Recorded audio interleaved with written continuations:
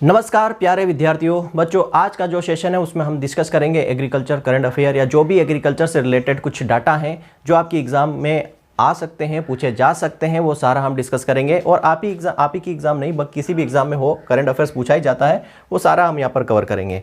और एक चीज़ मैं आपको बता दूँ ना बच्चा, मैंने जो है काफ़ी बड़ा ये लेक्चर है, मतलब बोल सकता हूँ लगभग 25 पेज की ये PDF है। लगभग मैंने बहुत सारी चीज़ें यहाँ कवर की है जो एग्जाम में पूछी जा सकती है ना। ऐसे 2-3 पेज में कंप्लीट करवाने वाला काम नहीं है मेरा, इसलिए मैंने आपको बोला था कि मुझे इसको 2 से 3 दिन लगेंगे तैयार करने में। क्योंकि मैं करंट अफेयर एक पूरा अच्छे से देना चाहता हूँ, ऐसा नहीं कुछ भी लेके आ गया थोड़ा बहुत और करवा दिया, है ना। तो यहाँ पे मैं आपको बता दूँ ना, आप बोल रहे थे MP एग्रीकल्चर का, तो मैं बोल रहा हूँ आपको MP एग्रीकल्चर क्या करना है आपको MP एग्रीकल्चर के लिए। तो जो MP GK की बुक आती है ना, MP GK की बुक आप सबने पढ़ा होगा, उसमें एग्रीकल्चर कृषि के नाम से एक चैप्टर होता है, ठीक है, मध्य प्रदेश में कृषि, वो चैप्टर अच्छे से पढ़ लेना, ठीक है। आपको कुछ करने की ज़रूरत नहीं पड़ेगी, ना ही मुझे नोट्स देने की ज़रूरत पड़ेगी आपको। MP GK की बुक में एक कृषि नाम से एक चैप्टर आता है, कृषि वाला, और कौन सा चैप्टर पढ़ना, वन वाला, ठीक है, दोनों देख लेना, कृषि और वन वाला, ठीक है। फॉरेस्ट रिपोर्ट भी मैं आपको दे दूंगा, फॉरेस्ट रिपोर्ट का अपना लेक्चर फॉरेस्ट रिपोर्ट का यूट्यूब पे है, चाहो तो उसको देख लेना। 2021 की जो फॉरेस्ट रिपोर्ट है वो दे रखा है, और मैं आपको उसके नोट्स भी दे दूंगा क्योंकि फॉरेस्ट से भी क्वेश्चन पूछे गए हैं। क्लियर है। तो MP GK की जो बात है वो आप कृषि वाला जो है चैप्टर वो आप पढ़ लेना, और वन वाला थोड़ा सा देख लेना कि वर्तमान में जो है MP में फॉरेस्ट एरिया कितना है। ये पटवारी वाले में एग्जाम में भी पूछा गया क्वेश्चन है, ठीक है, उसको देख लेना। तो वहाँ से आपका MP वाला हो जाएगा कवर, क्योंकि MP से क्वेश्चन एग्रीकल्चर के 1 या 2 क्वेश्चन आएंगे तो वहाँ से कवर हो जाएगा, है ना। मुझे टाइम नहीं मिला बच्चा, नहीं तो मैं आपके लिए वो भी कर देता, है ना। काफ़ी सारी चीज़ें मैंने ऑलमोस्ट कर ही दी है, लगभग 99%। थोड़ा बहुत कुछ रह गया होगा तो वो यही है एक आपका MP एग्रीकल्चर। तो वो आप किसी से आपने CSET की तैयारी की होगी तो वहाँ पे भी आपने MP एग्रीकल्चर पढ़ा होगा। चलिए हम बात करते हैं अपने एग्रीकल्चर करंट अफेयर्स की। इसमें भी आपका MP एग्रीकल्चर काफ़ी कवर होने वाला है, कुछ डाटा MP की रैंक्स वगैरह सारी यहाँ पर कवर होने वाली है, ठीक है। सबसे पहले बात करूँगा कैबिनेट मिनिस्ट्री की। क्योंकि कई बार डायरेक्ट क्वेश्चन पूछ लेते हैं कि ये किस इस डिपार्टमेंट के या इस विभाग के जो है मिनिस्टर कौन है, ठीक है। डायरेक्ट जैसे FCI में पूछा हुआ क्वेश्चन है, पूछ लेते हैं, तो वो भी हम कवर करेंगे। इस तरीके से फिर आपके जो डाटा आ जाएंगे, GDP वगैरह जितना है, कितना एरिया है सारा, पॉपुलेशन, एग्रीकल्चर वर्कर कितना, ये क्वेश्चन पूछा हुआ है लास्ट ईयर, है ना। ये सारा हम यहाँ पर डिस्कस करेंगे। सारे मैंने आपको टेलीग्राम पे भेज दिया था कि ये सारे टॉपिक हम कवर करने वाले हैं। Horticulture data, minimum support price, chairman वगैरह सब ये सारा हम डिस्कस करने वाले हैं। तो सबसे पहले शुरू करते हैं हम एग्रीकल्चर मिनिस्टर से ही, है ना। कौन कौन से मिनिस्टर्स हैं हमारे यहाँ, तो जो मैंने वो लिए हैं कहीं ना कहीं टच होते हैं एग्रीकल्चर से, ठीक है, कहीं ना कहीं एग्रीकल्चर से टच होते हैं, वो सारे मिनिस्टर मैंने लिए, पूरे नहीं लिए, जो हमारे एग्रीकल्चर से टच होते हैं कहीं ना कहीं। तो पहले है मिनिस्ट्री ऑफ MSME। MSME की जो बात हो रही है, MSME 2016 में शुरू हुआ था, ठीक है। MSME की डेफिनेशंस भी चेंज हो गई है, उसको देख लेना थोड़ा सा। तो नारायण टाटू राणे, इनको ये है क्या, MSME के मिनिस्टर, याद रखना। MSME के मिनिस्टर कौन है, तो नारायण T राणे। दूसरा आप जानते ही हो फाइनेंस मिनिस्टर, इंपॉर्टेंट है अपने लिए, तो निर्मला सीतारमण जी जो है क्या है, ये फाइनेंस मिनिस्टर है। नरेंद्र सिंह तोमर साहब जो है ये हमारे एग्रीकल्चर मिनिस्टर है, ठीक है, ये हमारे क्या है, एग्रीकल्चर मिनिस्टर है, या हम बोल सकते हैं union minister of cabinet agriculture बोल सकते हैं, या ICAR के प्रेसिडेंट अध्यक्ष भी यही होते हैं, ठीक। अब ICAR के जो हमारे DG हैं वो भी चेंज हो गए हैं। पहले जो त्रिलोचन महापात्रा जी थे वो भी लिस्ट में लेके आया हूँ पूरा, कौन कौन नए जो नियुक्ति हुई है या जो पदभार पर अभी कौन है वर्तमान में, ठीक है। स्मृति ईरानी जो है वो women and child development extension या वुमेन एम्पावरमेंट में क्वेश्चन आ सकता है, इसलिए इसको भी मैंने रखा है कि वुमेन एंड चाइल्ड डेवलपमेंट विभाग की जो मिनिस्टर है वो कौन है, ठीक। मनसुख मंडाविया जी है, ये हमारे केमिकल एंड फर्टिलाइजर मिनिस्टर है, इसलिए मैंने इनको भी लाया हूँ। क्योंकि ये केमिकल और फर्टिलाइजर मिनिस्टर है। हेल्थ मिनिस्टर तो है ही सही, लेकिन केमिकल और फर्टिलाइजर वाले भी हैं।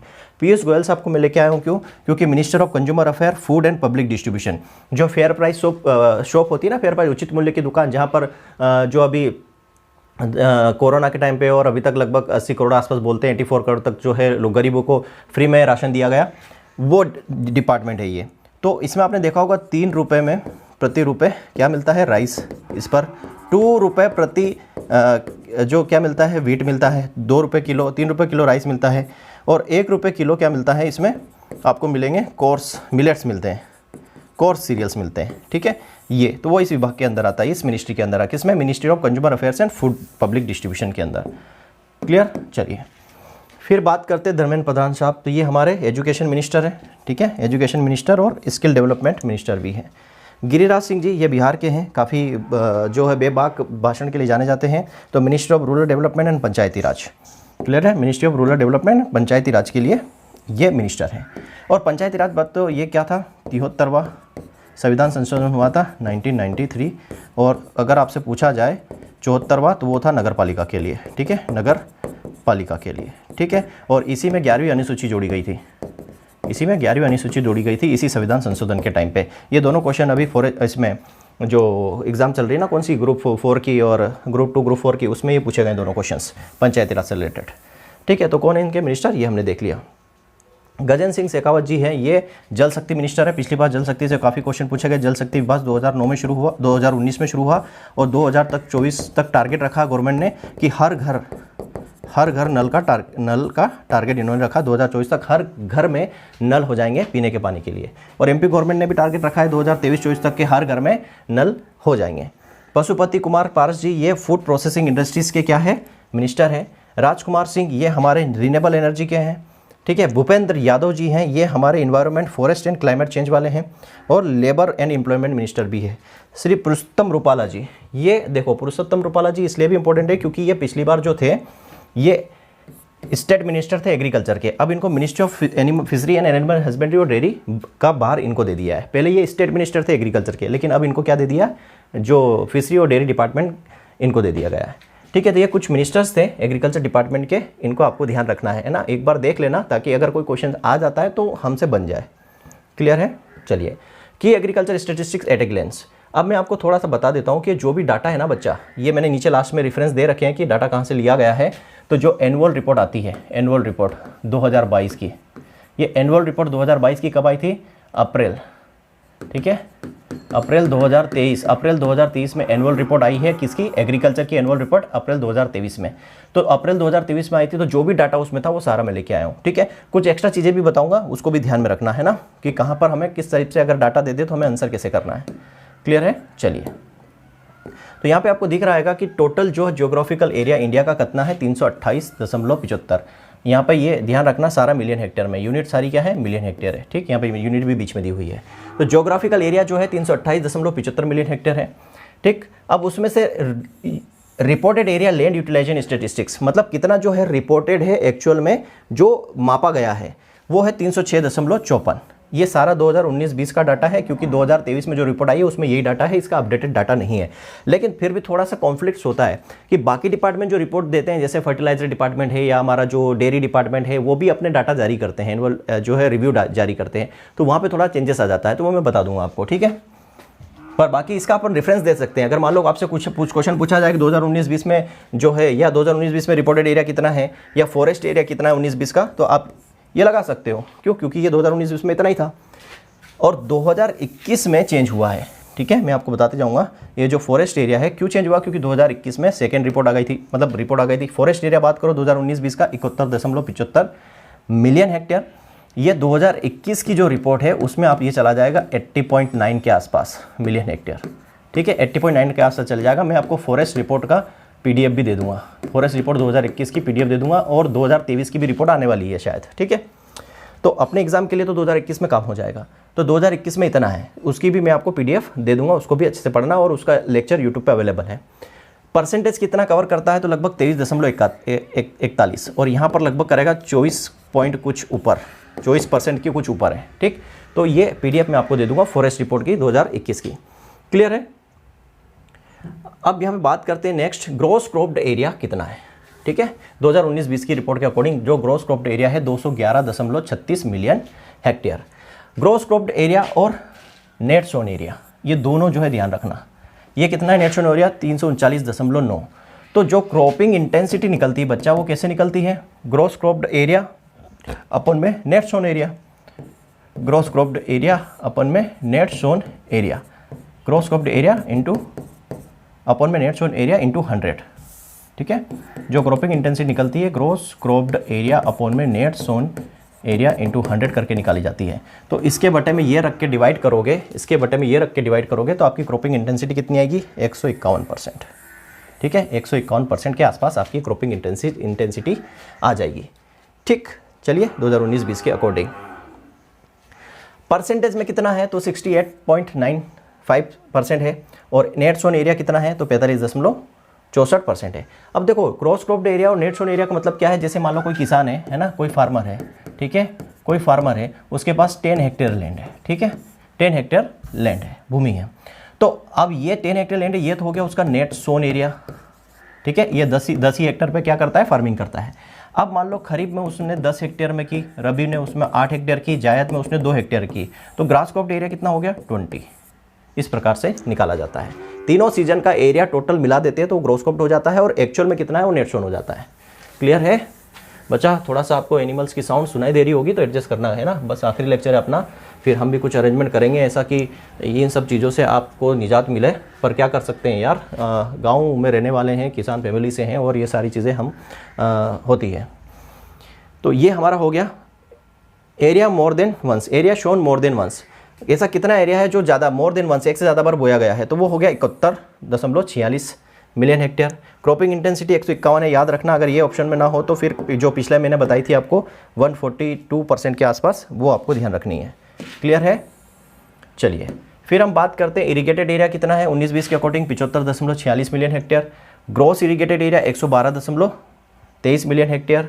ये आपको हो जाएगा लगभग, परसेंटेज दिखा होगा इरीगेशन इंटेंसिटी तो 148, ठीक है, इरीगेशन इंटेंसिटी निकालोगे तो लगभग 148% इसकी इरीगेशन इंटेंसिटी आती है। जैसे क्रॉपिंग इंटेंसिटी आएगी वैसे इसकी भी आएगी 148 के आसपास। क्लियर बच्चा? अब कुछ प्रोक्योरमेंट्स है बच्चा, जो खरीदारी है गवर्नमेंट ने की है 2022-23 के सेशन में, ये यहाँ पर दी हुई है। 22-23 में कितना लाख, 478.27 लाख जो है राइस की खरीदी की गई। वीट की बात करो तो 127.92। न्यूट्रीकोर्स सीरियल, न्यूट्रीसिलियंस में आपका वो आ जाते हैं, मिलेट्स आ जाते हैं सारे, सोरगम, बाजरा है आपका, रागी, कोदो, कुटकी, उसकी 263,000 टन जो खरीदारी की गई। पल्सेस प्रोक्योरमेंट की बात करो तो कितना है, ये मिलियन टन में दिया हुआ इतना, ठीक है, लगभग आप बोल सकते हो 120 million tonne. Oil seed procurement की बात करो तो यहाँ हो जाएगा 479 या 479 मिलियन टन आप बोल सकते हो। कॉटन की बात करो तो इसका कितना होता है, 170 बेल में काउंट करते हैं इसको, तो 15 मिलियन टन। जूट की बात करो तो इसको 180 बेल बोला जाता है, ये हो जाएगा 0.76 मिलियन टन। तो ये प्रोक्योरमेंट वाली बात है। अगर खरीदारी में से पूछ लिया जाए कि मार्केटिंग सीजन 2022-23 में राइस का प्रोक्योरमेंट कितना हुआ था, वीट का कितना हुआ था, न्यूट्री सीरियल का कितना हुआ था, पल्सेस का कितना हुआ था, ऑयल सीड का कितना हुआ था, कॉटन का कितना हुआ, तो यहाँ से आपको ये सारे क्वेश्चन आपके बनने वाले हैं, ठीक है। ये पार्ट शायद किसी ने नहीं करवाया होगा पर मैं करवा रहा हूँ इसको, ठीक है। क्वेश्चन कहीं से भी बन सकते हैं।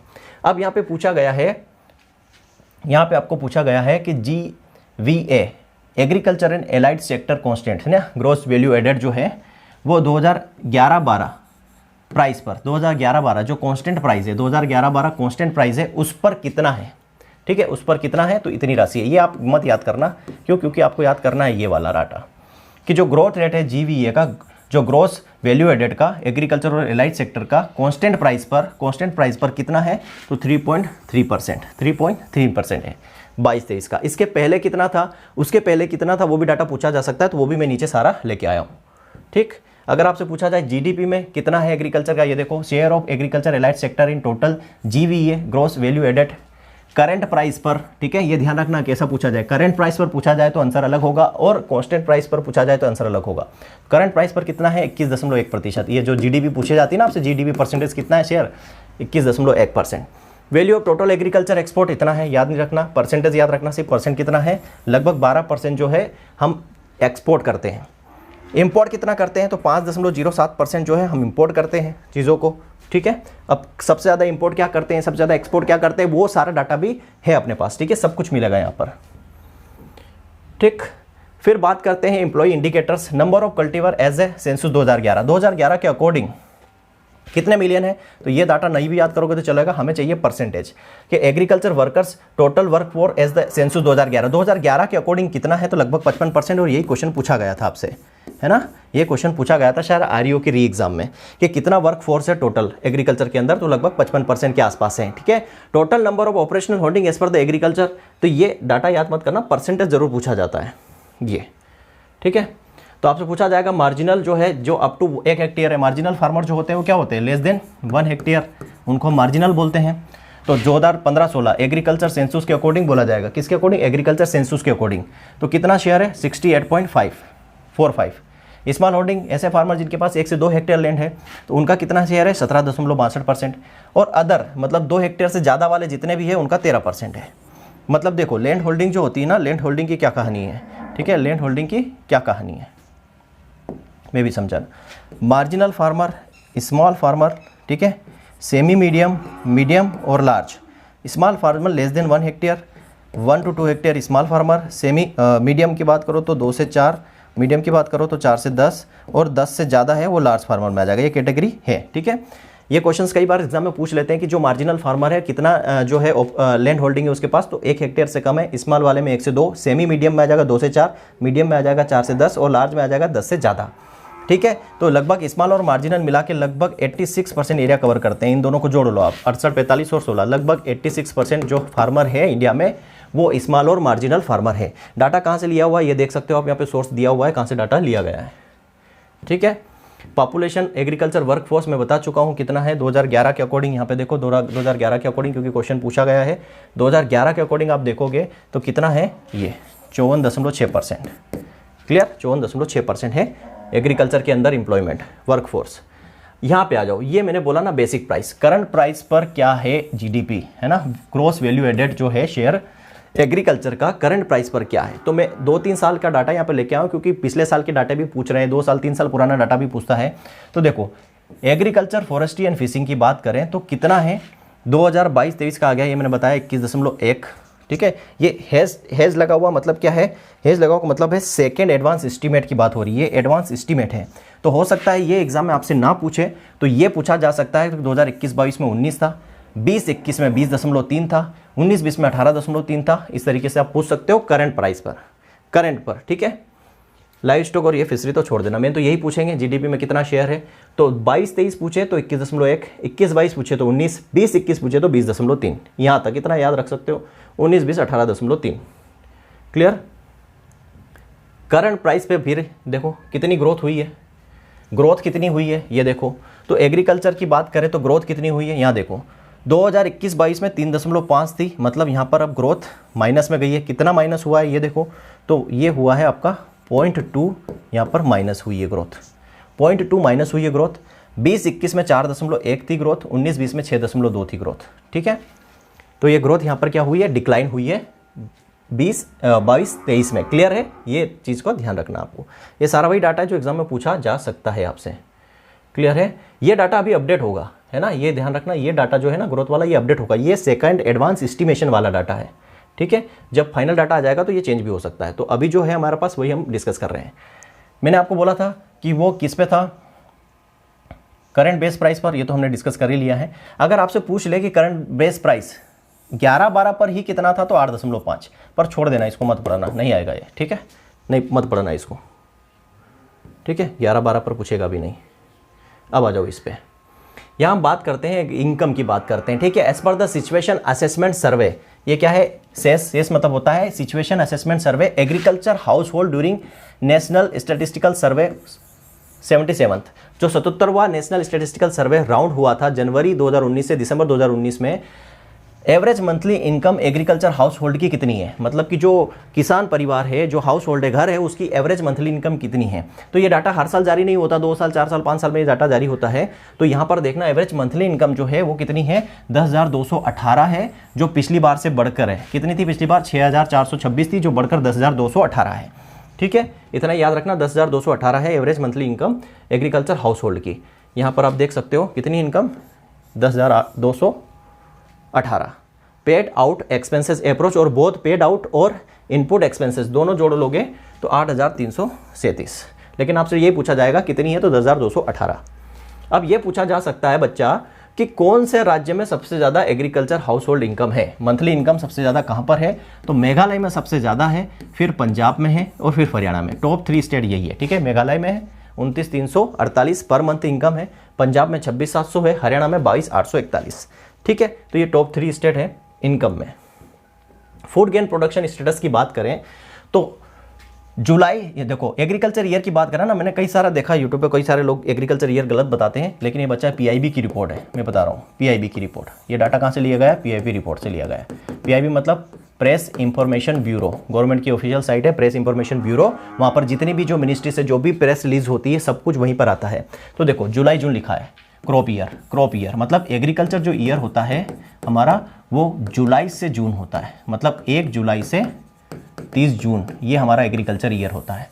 तो 1 जुलाई से 30 जून जो 2023-24 government has set the target, इन्होंने कितना फूड ग्रेन प्रोडक्शन का टारगेट रखा है, मतलब जुलाई 2023 से लेकर जून 2024 तक कितना टारगेट रखा है, 332 मिलियन टन, 332 मिलियन टन का टारगेट रखा है, इतना प्रोडक्शन होना चाहिए। और ये पिछले साल से कितना 2.6% ज़्यादा है। तो अब ये 332 मिलियन टन का जो टारगेट रखा है, अब ये अचीव कर पाते हैं नहीं कर पाते बात की बात है, लेकिन 2.6% का इंक्रीज इन्होंने टारगेट रखा कि 2.6% हम ज़्यादा प्रोडक्शन फूड ग्रेन का ले लेंगे। तो टारगेट अगर आपसे पूछा जाए कितना टारगेट रखा है 23-24 के लिए, तो 332 मिलियन टन।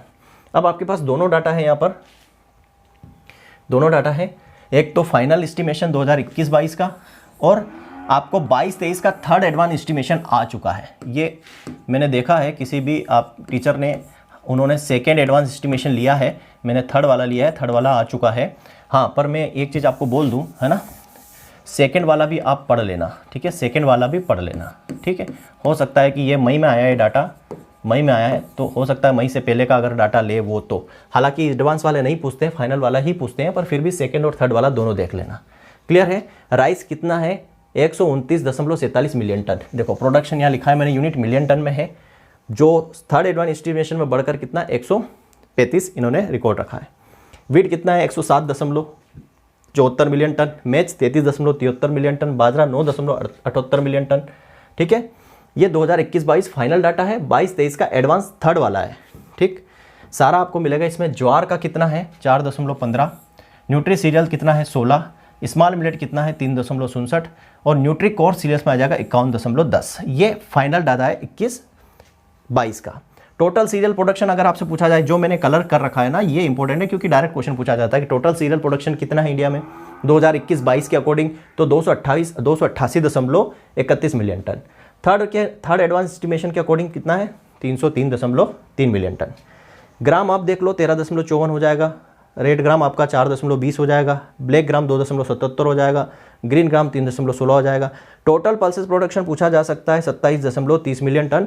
और एडवांस एस्टिमेशन में कितना है, 27.5 थर्ड एडवांस एस्टिमेशन में। तो ये थर्ड वाले में, मतलब थर्ड एडवांस एस्टिमेशन में और सेकंड में आपको क्या याद रखना है, ये मेन जो कलर्ड वाले हैं, है ना, इनको जरूर याद कर लेना सेकंड और थर्ड एडवांस एस्टिमेशन में। टोटल फूड गेन प्रोडक्शन की बात करें बच्चा, तो 315.61 मिलियन टन। मोस्ट आईएमपी है ना, मोस्ट आईएमपी, यहाँ से ये डायरेक्ट उठा के क्वेश्चन पूछ लेगा। 315.61 मिलियन टन। अगर इसमें खरीफ का पूछ ले तो 155.36, रबी का पूछ ले तो 166.25। एडवांस में देखोगे थर्ड एडवांस एस्टिमेशन में तो 330 है, उससे ज़्यादा ही है। 155.11 सेम है, 155.11 और 160.15 ये भी सेम है। खाली यहाँ पर क्या किया इन्होंने, जायद में भी ली है। जायद में भी टारगेट रखा इन्होंने कि 15.23 मिलियन टन हम गर्मी में जायद में भी प्रोडक्शन ले। क्लियर, ठीक है। सारी चीज़ें मैं डिटेल में लेके आऊँ जहाँ से भी क्वेश्चन बना, क्योंकि ये फूड गेन वाला क्वेश्चन पूछा हुआ है ना, फूड गेन वाला क्वेश्चन पूछा हुआ है। टोटल ऑयल सीड की बात करें, देखो सोयाबीन की बात करें, देख लेना 14.97 मिलियन हेक्टेयर है। बच्चा ये वाला डाटा मिसिंग है ना, मैं इसको PDF आपको दूंगा तो यहाँ पर डाल के दे दूँगा। मुझे लगता है यहाँ पर ये मिस हो गया 2021-22 का।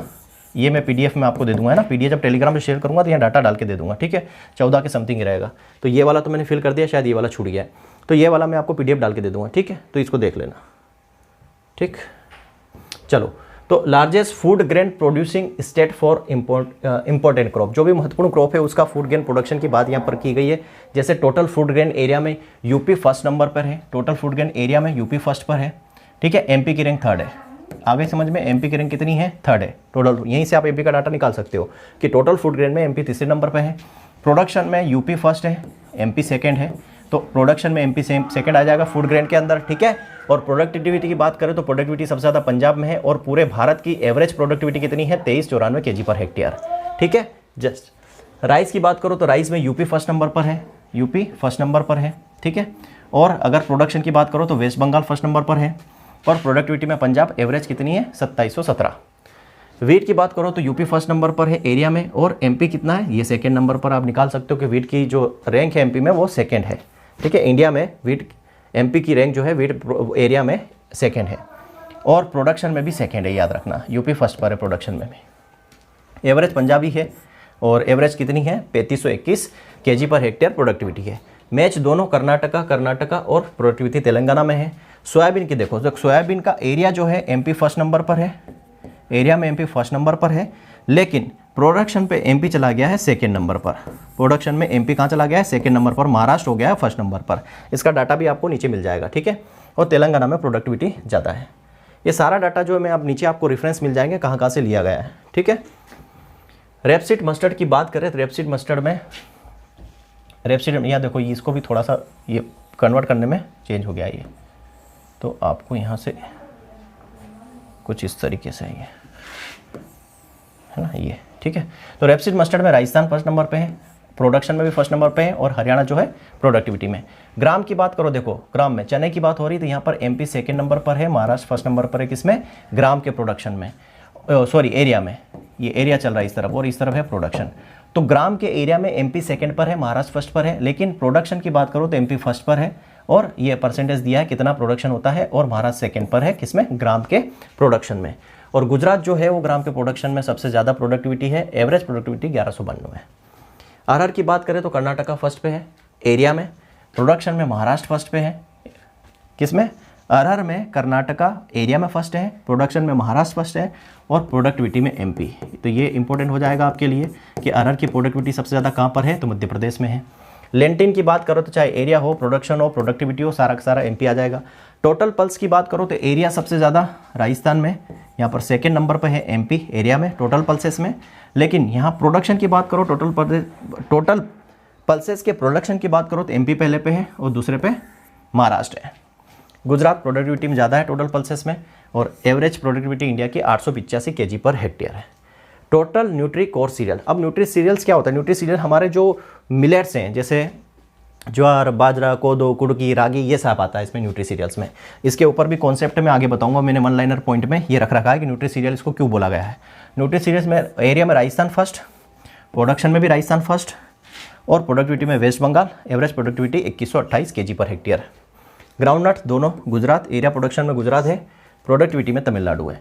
तो ये सारा आपको याद रखना है। और जहाँ एमपी विशेषकर एमपी दिया है ना, तो एमपी को अलग से यहाँ पर निकाल लेना कि टोटल पल्सेस में एमपी एरिया में सेकंड है और प्रोडक्शन में फर्स्ट है। एमपी का डाटा यहाँ से अलग निकाल लेना। टोटल ऑयल सीट की बात अगर करें हम, टोटल ऑयल सीट में एमपी का एरिया सबसे ज़्यादा है, फर्स्ट नंबर पर है एमपी, और यहाँ पर प्रोडक्शन में जो है राजस्थान फर्स्ट नंबर पर है, और average productivity 1247 KG per hectare है इंडिया की, ठीक है। ये सारा डाटा आपको मिल जाएगा। इसको मैं थोड़ा सा सही भी कर दूंगा, है ना, थोड़ा सा ये कॉपी करने या कन्वर्ट करने में पीडीएफ में गड़बड़ हो गई है। कॉटन की बात करो तो कॉटन एरिया सबसे ज़्यादा महाराष्ट्र में, प्रोडक्शन भी सबसे ज़्यादा महाराष्ट्र में, और प्रोडक्टिविटी कहाँ पर? राजस्थान में। शुगर केन सबसे ज़्यादा यूपी में, प्रोडक्शन भी यूपी में, और प्रोडक्टिविटी तमिलनाडु में। टोबैको गुजरात उत्तर प्रदेश। सनफ्लावर सबसे ज़्यादा कर्नाटक एरिया, प्रोडक्शन भी एरिया, और प्रोडक्टिविटी हरियाणा। जूट और मेस्टा, अभी मैंने बताया मेस्टा की कितना 181 बेल होती है ना, 181 केजी। एक बेल बराबर 181 होता है, 181 केजी होता है एक बेल बराबर, ठीक है। जूट में कितना होता है? 180। कॉटन में कितना होता है? 170।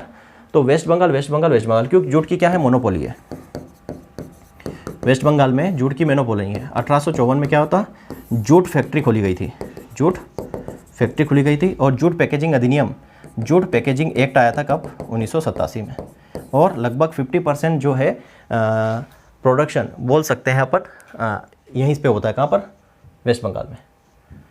टोटल फूड ग्रेन प्रोडक्शन की बात करो तो टोटल फूड ग्रेन प्रोडक्शन मैंने ऊपर ही बता दिया था, यूपी ये छोड़ देना, यहाँ पर मैंने ऊपर ही डिस्कस कर लिया था इसको, ठीक। चलिए अब देखो यहाँ पर, ये तो मैंने आपको पूरा डाटा बता दिया है, कौन कहाँ पर फर्स्ट है, सेकंड, थर्ड जो भी है। और इसमें से बच्चा एमपी का डाटा निकाल लेना कि एमपी कहाँ पर एरिया में फर्स्ट है, कहाँ पर एरिया में सेकंड है, कहाँ पर एरिया में थर्ड है, कहाँ पर प्रोडक्शन में फर्स्ट है, प्रोडक्शन में सेकंड है, और प्रोडक्शन में थर्ड है, ठीक है। ये निकाल लेना यहाँ से, यहीं से आपका एमपी वाला काम भी हो जाए। एरिया और यील्ड ऑफ क्रॉप, है ना, ये एरिया यील्ड। अब यहाँ पर आपको मिलेगा कि एरिया जो है पेडी का कितना एरिया था 21-22 में, यील्ड कितनी थी 21-22 में, एरिया कितना था 22-23 में, और यील्ड कितनी थी 22-23 में। ये पूरा डाटा यहाँ पर आपका दिया हुआ है, ठीक। अगर आपको देखना है कि भाई पेडी का कितना एरिया था 21-22 में और 22-23 में, ये दिया हुआ है। 46.28 मिलियन हेक्टेयर एरिया था 21-22 में, और 22-23 में कितना था? 47.05, ठीक। यील्ड कितनी हुई और यहाँ पर यील्ड कितनी हुई? प्रोडक्शन हमने डिस्कस कर लिया ऊपर, ठीक है। प्रोडक्शन जो है हमने डिस्कस कर लिया। प्रोडक्शन कहाँ डिस्कस किया? एडवांस एस्टिमेशन या फाइनल एस्टिमेशन था, वहाँ पर हमने डिस्कस किया। 2021-22 का डिस्कस कर लिया, 2022-23 का हमने थर्ड एडवांस एस्टिमेशन डिस्कस कर लिया, ठीक है। चलिए तो ये सारा डाटा अगर आप यहाँ से याद पढ़ना चाहो तो यहाँ से पढ़ सकते हो। वीट का कितना है, मेज का कितना है, बाजरा का, फिंगर मिलेट का, न्यूट्री सीरियल, टोटल सीरियल, अरहर का, ब्लैक ग्राम का, बंगाल ग्राम का कितना क्या एरिया है सारा दिया है और उसकी प्रोडक्टिविटी भी दी हुई है। ठीक है, चलिए यहाँ पर आपको ये आगे मूंग, bean, lentil, total pulses, total food grain, soybean, groundnut, rapeseed, sesame, castor, sunflower, niger, safflower, total 9 oil seed crop वो सबका दिया हुआ है यहाँ पर। तो टोटल का क्या दिया हुआ है यहाँ पर, कितने एरिया में फार्मिंग हुई है और यील्ड क्या रही है। ठीक है, ये आपको पढ़ना है। सारा डाटा मैंने यहाँ पर दे दिया आपको। हॉर्टिकल्चर क्रॉप स्टैटिस्टिक्स की बात करें तो टोटल हॉर्टिकल्चर क्रॉप प्रोडक्शंस 21-22 की बात करो तो 347 ये पूछा जा सकता है। ठीक है, टोटल 347.18 मिलियन टन ये पूछा जा सकता है क्योंकि ये फाइनल है। Total area under horticulture crop 21-22, horticulture crop में एरिया कितना है, एरिया पूछा जाएगा तो 28.04 million hectare. Total food production India fruit का कितना है 107.51 मिलियन हेक्टेयर, 1 मिलियन टन। और टोटल वेजिटेबल की बात करो तो 209.14 मिलियन टन। ये फाइनल डाटा है। ठीक है, 107 इसका है फ्रूट का और वेजिटेबल का 209, ये फाइनल डाटा है 2021-22 का। लेकिन एडवांस एस्टिमेशन जो है वो देख लेना यहाँ पर। एरिया मिलियन हेक्टेयर में 28 था फाइनल वाले में, अब 28 हो गया फर्स्ट एडवांस एस्टिमेशन में। 327.18 मिलियन हेक्टेयर था फाइनल में और 2022-23 फर्स्ट एस्टिमेशन में 350.87 मिलियन टन। प्रोडक्टिविटी की बात करो 12.38, यहाँ पर 12.40। और अगर आपको इसके पहले का भी 20-21 का भी डाटा देखना है तो 2022 का जनवरी से लेकर दिसंबर तक पूरा करंट अफेयर्स मैंने यूट्यूब पे पढ़ाया हुआ है और टेलीग्राम पे सारी PDF भी डाली हुई है, तो वहाँ पर ये सारा डाटा उसमें आया हुआ है। ठीक है, अब देखो फ्रूट और इसमें प्रोडक्शन की बात करें हम टॉप की, तो टॉप कल्टिवेटेड वेजिटेबल इन एरिया प्रोडक्शन। एरिया प्रोडक्शन में टॉप कौन है, ठीक है, टॉप वेजिटेबल कौन है, तो पोट याद रख लो। ठीक है, क्या याद रखोगे, पोट, पोटैटो, ऑनियन और टोमेटो। ये एरिया प्रोडक्शन में दोनों में सबसे ज़्यादा है, पोटैटो, ऑनियन और टोमेटो। ये एरिया और प्रोडक्शन दोनों में वेजिटेबल में ये वेजिटेबल सबसे ज़्यादा ग्रो की जाती है और सबसे ज़्यादा एरिया भी इनका है, सबसे ज़्यादा प्रोडक्शन भी इनका ही है। फ्रूट्स की बात करें तो एरिया बात करो मैंगो, बनाना और सिट्रस। ठीक है, मैंगो, बनाना, सिट्रस MBC एरिया में। और प्रोडक्शन की बात करोगा तो BMC हो जाएगा। ठीक है, BMC बनाना, मैंगो और सिट्रस BMC हो जाएगा प्रोडक्शन में। क्लियर है, ये डाटा चेंज नहीं हुआ क्योंकि इनका ही प्रोडक्शन हमेशा ज़्यादा होता है, ये बुक में भी मिल जाएगा, सेम ही है। तो अब एरिया कितना है, अब ये बात आ जाएगी कि कितना होता है। ये देखो total top state in vegetable area. Vegetable area में सबसे ज़्यादा वेस्ट बंगाल टॉप पर है, कितना एरिया लिखा है 1.53। उत्तर प्रदेश सेकेंड नंबर पर है, महाराष्ट्र थर्ड पोजीशन पर है। तो ये बात करो वेजिटेबल प्रोडक्शन में, देखो ये याद रखना, वेजिटेबल प्रोडक्शन में उत्तर प्रदेश नंबर 1 पर चला गया है। अभी तक हम पढ़ते आ रहे हैं कि वेजिटेबल में प्रोडक्शन हो या एरिया हो वेस्ट बंगाल ही है, तो ये चेंज हो गया पिछले साल से ही। अब यहाँ पर एरिया में तो वेस्ट बंगाल फर्स्ट पर है, लेकिन अगर आप प्रोडक्शन की बात करोगे तो उत्तर प्रदेश फर्स्ट नंबर पे आ गया है, वेस्ट बंगाल सेकंड पर है, मध्य प्रदेश। ये देखो टोटल वेजिटेबल में मध्य प्रदेश की क्या स्थिति है, तो टोटल वेजिटेबल प्रोडक्शन में मध्य प्रदेश की स्थिति है थर्ड नंबर पर। तो यहाँ से मध्य प्रदेश का डाटा निकाल लो ना यार बच्चा, कहाँ अलग से मेरे से मेहनत करवा रहे हो, पढ़ते समय निकाल लेना इसको। Top state in fruit area in production, देखो फ्रूट की बात करो सबसे ज़्यादा एरिया महाराष्ट्र में, सेकंड आंध्र प्रदेश में है। लेकिन अगर फूड प्रोडक्शन की बात करो तो सबसे ज़्यादा प्रोडक्शन कहाँ है, आंध्र प्रदेश में और सेकंड महाराष्ट्र में। क्लियर, तो सारी चीज़ बिल्कुल सिस्टमेटिक तरीके से क्लासीफाई करके आपके लिए लाया हूँ बच्चा। बहुत मेहनत लगती है इन सब चीज़ों में, है ना। 2 दिन का टाइम लिया आपको। अब पता होगा कल मैं रात में 3:30 बजे के आसपास सोया हूँ इसको फाइनल करने के लिए। फिर भी देखो कुछ ना कुछ मिस्टेक रह गई ना, कहीं पे कॉलम चला गया, कहीं कुछ चला गया, तो ये PDF करते समय हो गया ये सारा, और मैंने ध्यान भी नहीं दिया जल्दबाजी में। ठीक है, लेकिन आपको सारी चीज़ें मैं अभी PDF फॉर्म में जब दूंगा आपको तो सारा करेक्ट करके दे दूंगा। ठीक, अब देखो क्रॉप यहाँ पे आ गई आपकी वेजिटेबल, प्रोडक्शन आपका आ गया 21-22 का, प्रोडक्शन 22-23 का, टॉप स्टेट कौन से है, टॉप एरिया कौन से है, ये सारा। पोटैटो में देखो सबसे ज़्यादा यूपी में है और एरिया प्रोडक्शन दोनों यूपी में है। ऑनियन की बात करो महाराष्ट्र दोनों, देखो ऑनियन में याद रखना मध्य प्रदेश सेकेंड नंबर पर है और एरिया प्रोडक्शन दोनों में मध्य प्रदेश सेकेंड नंबर पर है। ठीक है, टोमेटो की बात करो तो एरिया में उत्तर प्रदेश मध्य प्रदेश सेकेंड नंबर पर एरिया में है, और टॉप की यहाँ मध्य प्रदेश MP में थर्ड नंबर पर। ठीक है, तीसरा कॉलम कर लेना, और आंध्र प्रदेश फर्स्ट नंबर पर है एरिया के टोमेटो के प्रोडक्शन में। एरिया भी दिया हुआ है, एरिया नहीं भी याद रखोगे तो चलेगा, आपको ये पता होना चाहिए कि कहाँ पर फर्स्ट सेकंड थर्ड है। ठीक है, ये टॉप क्रॉप की जो बात की हमने। अब मिनिमम सपोर्ट प्राइस 23-24 की बात करेंगे। तो पहले मिनिमम सपोर्ट प्राइस की बात करो, सबसे पहले मिनिमम सपोर्ट प्राइस अनाउंस कब हुआ था, तो सबसे पहले बात करते हैं कि पहले ये अनाउंस अब रिकमेंड करता कौन है, तो याद रखना agriculture price commission. Agriculture price commission ये कब बना था? 1965 में। 1965 में ये बना था। इसको 1985 में इसका नाम चेंज किया गया। क्या किया गया? Commission for agriculture cost and price. 1985 में इसका नाम चेंज कर दिया। ठीक है, इसका नाम चेंज कर दिया। ये रिकमेंड करता है, याद रखना, ये क्या करता है? ये रिकमेंड करता है किसको? गवर्नमेंट को, या जो ये कमिटी होती है, ये CCEA, इसको रिकमेंड करता है कि भाई इस बार की जो MSP है इतनी प्राइस होनी चाहिए क्रॉप के लिए। तो वो जो cabinet committee of economic affairs होती हैं और इसके जो प्रेसिडेंट होते हैं वो PM होते हैं। PM इसके प्रेसिडेंट होते हैं। ये अप्रूव कर देते हैं कि हाँ भाई डिक्लेयर है, यही हमें देना है किसानों को हर एक क्रॉप के लिए। ठीक है, तो मिनिमम सपोर्ट प्राइस में टोटल 23 क्रॉप है। क्लियर है? टोटल 23 क्रॉप है। और इसमें एक जो वो है वो fair and remunerative price, sugar cane के लिए फेयर और रिम्यूनरेटिव प्राइस यूज़ होती है। इसमें शायद 390 RS पर क्विंटल था। ठीक है, पिछले बार का, इस बार का चेक कर लेना कितना है शुगर केन के लिए। ठीक, अप्रूव कौन करता है? तो ये cabinet committee on economic affairs. इसके प्रेसिडेंट कौन होते हैं? नरेंद्र मोदी। पहली बार कब डिक्लेयर हुआ था MSP? 1965 में, जिस टाइम पे एग्रीकल्चर प्राइस कमीशन बना था। ठीक है, टाइम ऑफ डिक्लेरेशन क्या होगा? सोइंग सीजन के पहले, जब हम खेत में क्या करते हैं, क्रॉप की बुआई करते हैं, उसके पहले डिक्लेयर हो जाता है। जैसे अभी क्या चल रही है, सोइंग वगैरह हो चुकी है, लेकिन MSP तो पहले ही डिसाइड हो गया था। मई अप्रैल मई में ही क्या कर देते हैं, अनाउंस कर देते हैं सोइंग के पहले ही। क्रॉप अंडर MSP, कौन कौन सी क्रॉप है MSP के अंदर? ये साथ दिखाओ। 7 तो सीरियल है, 5 पल्सेस है, 7 ऑयल सीड है, 3 कमर्शियल क्रॉप है, कोपरा, सुगरकेन, कॉटन, रॉ जूट, ये सारा आ जाएगा इसमें। ठीक है, 4 है लेकिन एक कोपरा उसके अंदर। अब देखो यहाँ पर ये खरीफ सीजन की MSP 2023-24 की। तो मेजर क्रॉप की याद रखना, मैं पूरा यहाँ पर लेके आऊँ को मेजर याद रखना है।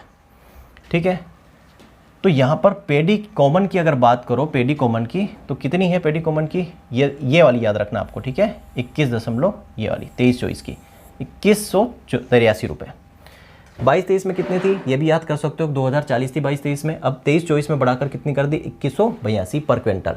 ठीक है, कितना margin over cost per cent, मतलब कितना 50% जो है कॉस्ट पर मार्जिन यहाँ पर रखा गया है। क्लियर है? ये मैं आपको बता दूँ, इसमें 3 कॉलम आपको देखना है। एक ये वाला कॉलम, एक ये वाला कॉलम और एक लास्ट वाला कॉलम। 3 कॉलम पर फोकस करना है। ठीक है, 3 कॉलम पर फोकस करना है, क्योंकि ये पुराना भी पूछा जा सकता है, नया भी पूछा सकता है। और कितना जो है यहाँ पर मार्जिन ओवर कॉस्ट रखा है कि कॉस्ट पर कितना मार्जिन ले सकते हो, 50% मार्जिन यहाँ पर रखा है। पेडी ग्रेड A की बात करो तो 2203 है और यहाँ पर कोई भी मार्जिन यहाँ पर नहीं रखा है, कॉस्ट और मार्जिन नहीं दिया है।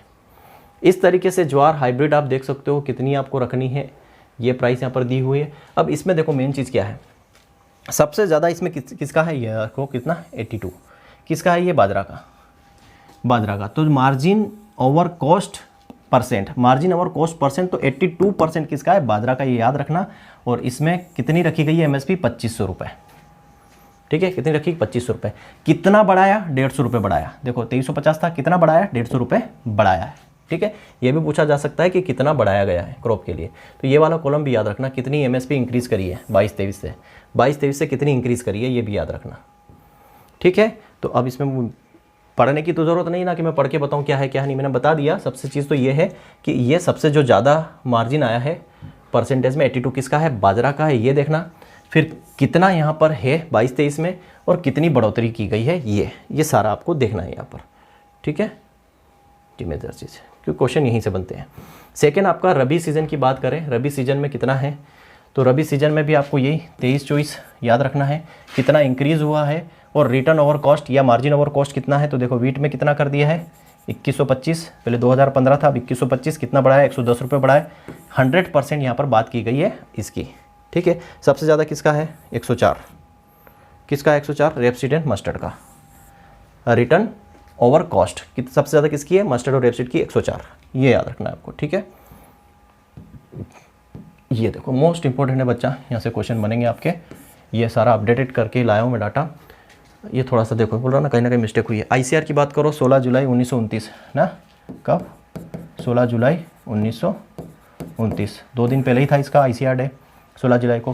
प्रेसिडेंट कौन होते हैं, नरेंद्र सिंह तोमर साहब, यूनियन मिनिस्टर ऑफ एग्रीकल्चर। और इसके DG कौन है, हिमांशु पाठक। कौन है, हिमांशु पाठक। पहले कौन थे, त्रिलोचन महापात्रा थे। कहाँ पर हेडक्वार्टर है इसका? नई दिल्ली में। पहले कौन थे? हिमांशु पाठक के पहले त्रिलोचन महापात्रा थे, ठीक है। अभी नए कौन बने? हिमांशु पाठक बने। नीति आयोग की बात करो, कब बना? 1 जनवरी 2015 को बना। चेयरमैन कौन होता है? प्रेसिडेंट कौन होता है? नरेंद्र मोदी होते हैं। वाइस चेयरमैन कौन है इसके? सुमन बेरी है। और सीईओ कौन है इसका? इसका सीईओ जो है BVR सुब्रमण्यम। इसका हेडक्वार्टर भी कहाँ है? न्यू दिल्ली का। यो नीति आयोग का न्यू दिल्ली है। ये पहले क्या था? प्लानिंग कमीशन था। क्या था ये पहले प्लानिंग कमीशन था। क्या था ये? पहले प्लानिंग कमीशन था जो 1950 में शुरू हुआ था, जिसमें जो 5 वर्षीय योजना आती थी। तो मोदी जी के आने के बाद 1 जनवरी 2015 को इसका नाम बदलकर नीति आयोग कर दिया, ठीक है। क्या था? नेशनल इंफॉर्मेशन ट्रांसफॉर्मिंग इंडिया, कुछ फुल फॉर्म है इसका। फिर था doubling of farmer income. Doubling of farmer income की बात की गई 2016, ठीक। अशोक दलवाई इसके प्रेसिडेंट है और ये कहाँ हेडक्वार्टर इसका? न्यू दिल्ली में। नाबार्ड की बात करो 12 जुलाई 1982। ये चेंज हो गए हैं, याद रखना है ना। सेजी कावी है, सेजी कावी हैं। ये सितंबर में बने शायद, 10 दिसंबर के आसपास बने शायद, 10 दिसंबर। हेडक्वार्टर कहाँ है? मुंबई में। Asian Pacific rural and agriculture credit society, क्या है फुल फॉर्म? अगर इसको फुल फॉर्म भी पूछ ले तो Asian Pacific rural and agriculture credit association, October 1974 में ये बना है, ठीक है। चेयरमैन इसके कौन है? साजी केवी, जो नाबार्ड के हैं वही। और सेक्रेटरी जनरल कौन है? डॉक्टर प्रसन्न कुमार दास। कहाँ पर है? बैंकॉक थाईलैंड में।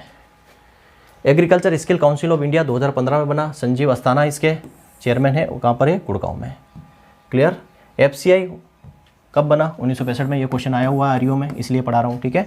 ये आरयू में पूछा हुआ क्वेश्चन है, FCI की स्थापना कब हुई है, ठीक, 1965 में। अशोक कुमार मीना इसके क्या है? चेयरमैन है। न्यू दिल्ली में इसका हेडक्वार्टर है। प्रोक्योरमेंट का काम करता है। क्या प्रोक्योरमेंट का काम करता है? तो वीट और राइस के प्रोक्योरमेंट का काम करता है। वीट और राइस मैंने अच्छे से पढ़ाया भी, ये पूरा डिटेल में भी। वीट और राइस का प्रोक्योरमेंट करता है, बफर स्टॉक रखने का काम करता है, ठीक है। एपेडा की बात करो 1986 में बना है एपेडा, ठीक है, 1986 में बना है, ठीक है। अंगामुत्तु इसके क्या है? एम अंगामुत्तु इसके चेयरमैन है और न्यू दिल्ली में इसका हेडक्वार्टर है। ये सारा पढ़ाया हुआ है। प्रधानमंत्री फसल बीमा योजना 2016 में शुरू हुआ था। सीईओ कौन है इसके? रितेश चौहान है और न्यू दिल्ली में इसका हेडक्वार्टर है। प्रधानमंत्री फसल बीमा योजना 2016 में शुरू की गई थी।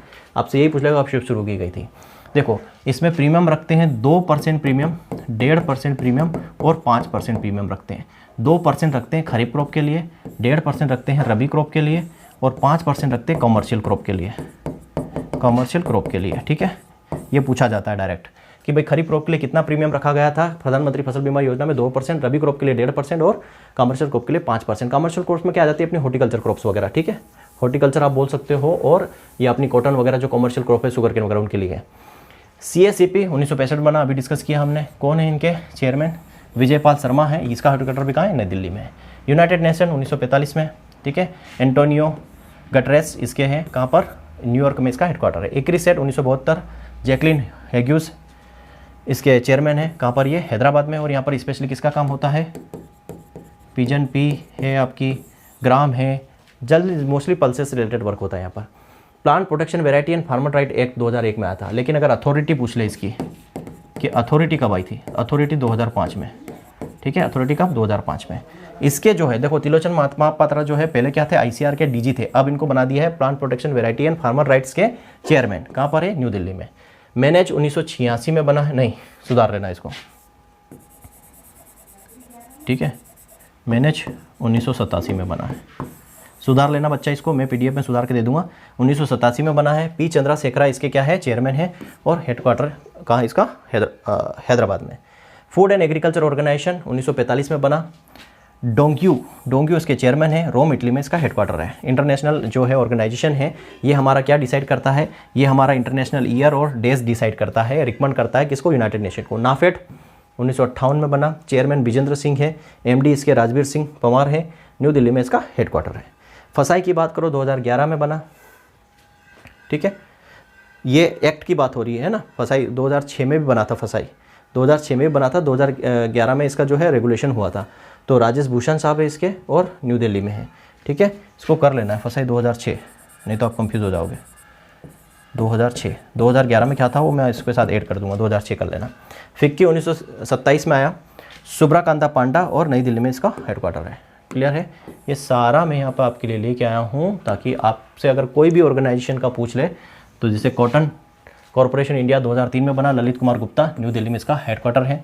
एनडीडीबी की बात करो 1965, मिनिस शाह है, आनंद गुजरात में इसका हेडक्वार्टर है। अपना जो वर्गीस कुरियन साहब थे वो पहले चेयरमैन थे इसके। आरबीआई 1935 बना, शक्तिकांत दास गवर्नर है और मुंबई में इसका हेडक्वार्टर है। आईआरआई आप जानते हो AK सिंह इसके चेयरमैन है, ये याद रखना। वर्ल्ड बैंक 1945 बना, अजय बग्गा इंडिया की तरफ से जो चेयरपर्सन होते हैं उनकी बात हो रही, वाशिंगटन में इसके क्या है हेडक्वार्टर है। इपको की बात करो 1960 में बना है, 1961 में दिलीप संघाई को बनाया गया है, MD है US अस्थि, खाली दिलीप संघाई याद रखना, चेयरमैन याद रखना, न्यू दिल्ली में है। GST काउंसिल 2015 में आया, निर्मला सीतारमण जो हमारे फाइनेंस मिनिस्टर होते हैं वही क्या होते हैं इसके प्रेसिडेंट होते हैं, और हेडक्वार्टर कहाँ है नई दिल्ली में। ठीक है, सारी डिटेल्स लेके आया हूँ, अगर बच्चा इसमें कोई डाउट लगे तो नेट पर सर्च कर लेना, ठीक है, नेट पर सर्च कर लेना। ठीक, चलिए नेशनल सीड कॉरपोरेशन की बात करो 1963, ठीक, और महेंद्र कौर इसके प्रेसिडेंट है, न्यू दिल्ली में है।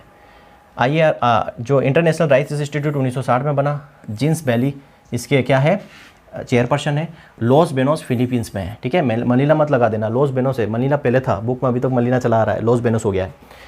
IRI साउथ एशिया रीजन अगर बात करो तो दिसंबर 2018 में बनाया गया, अरविंद कुमार इसके क्या है चेयरपर्सन है, और वाराणसी इसका क्या है ये वाराणसी में जो इसका रीजनल सेंटर खोला गया है, याद रखना वाराणसी में इंटरनेशनल राइस रिसर्च इंस्टीट्यूट का रीजनल सेंटर खोला गया है, कहाँ पर वाराणसी में, और उसके जो प्रेसिडेंट कौन है अरविंद कुमार है। 2018 में शुरू किया गया था ये।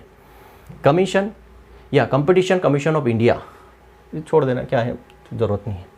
तो बच्चा देखो कितने सारे आपको एक ही जगह पे सारी चीज़ मिल गई है ना।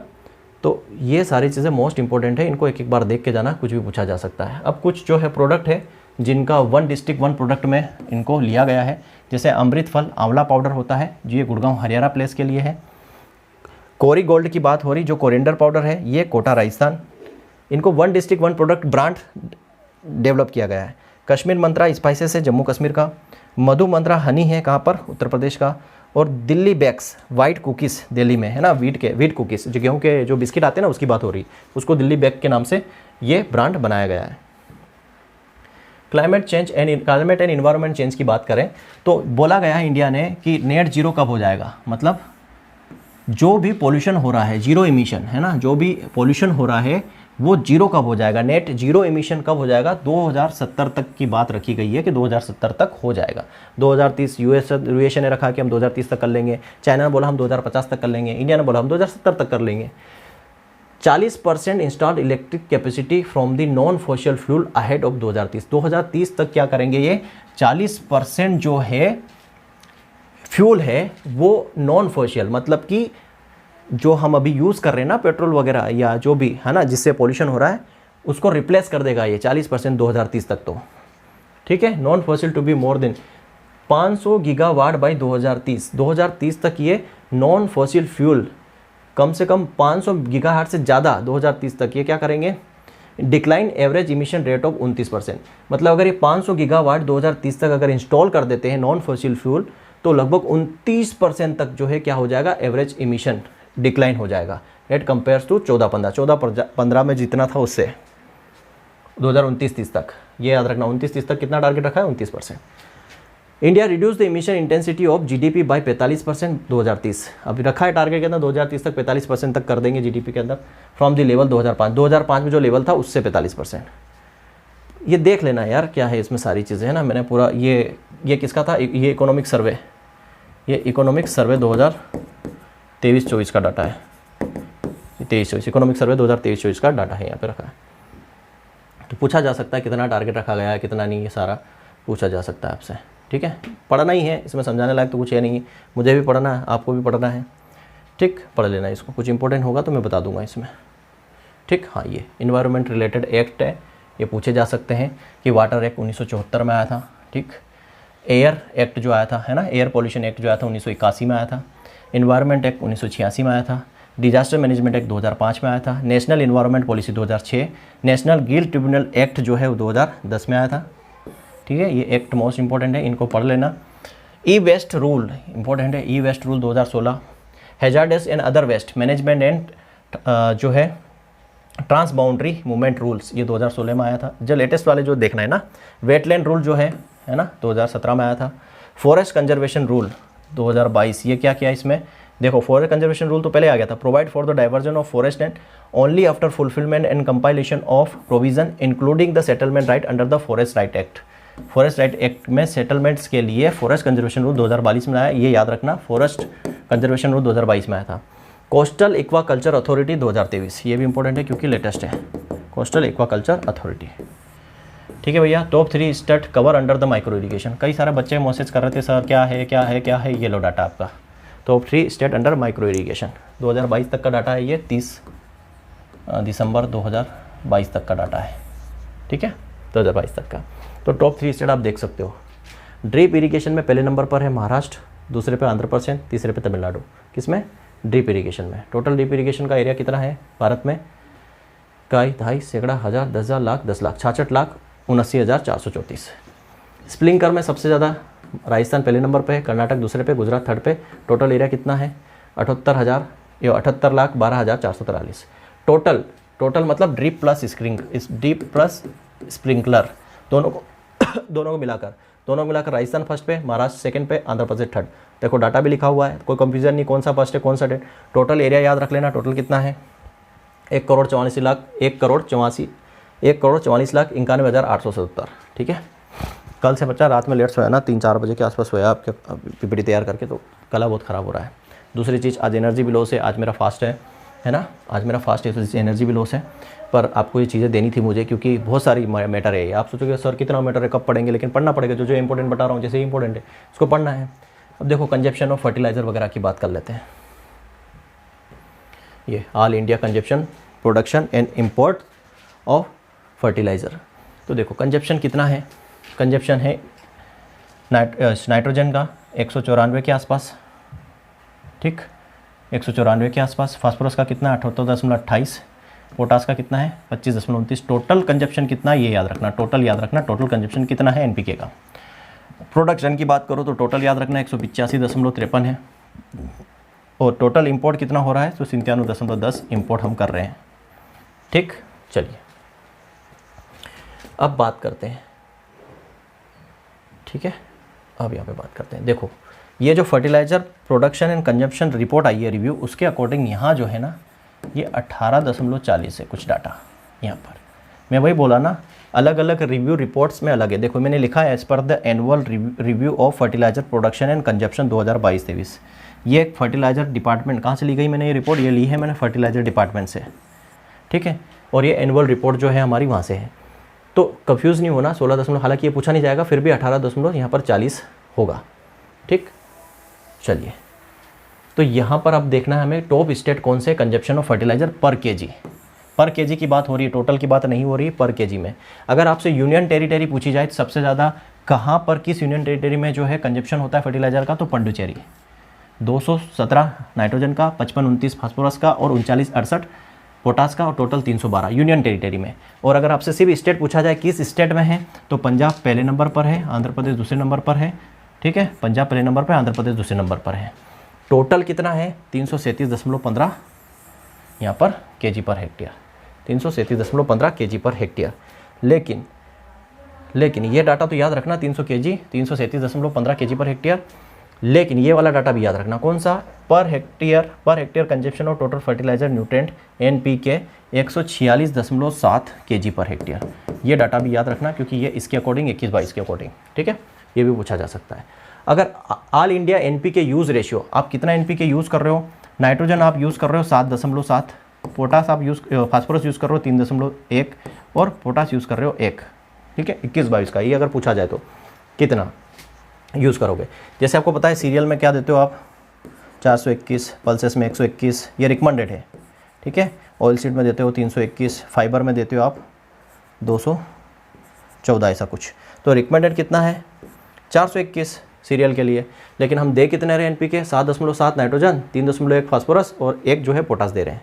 ठीक, इतना हम दे रहे हैं। पोटास कम क्यों दे रहे हैं? क्योंकि भाई हमारे यहाँ होता ही नहीं है, पोटास बनता ही नहीं, प्रोडक्शन ही नहीं होता है, इस वजह से हम कम दे रहे हैं। नहीं तो उसको भी धड़ाधड़ दे देते हैं हम फील्ड में।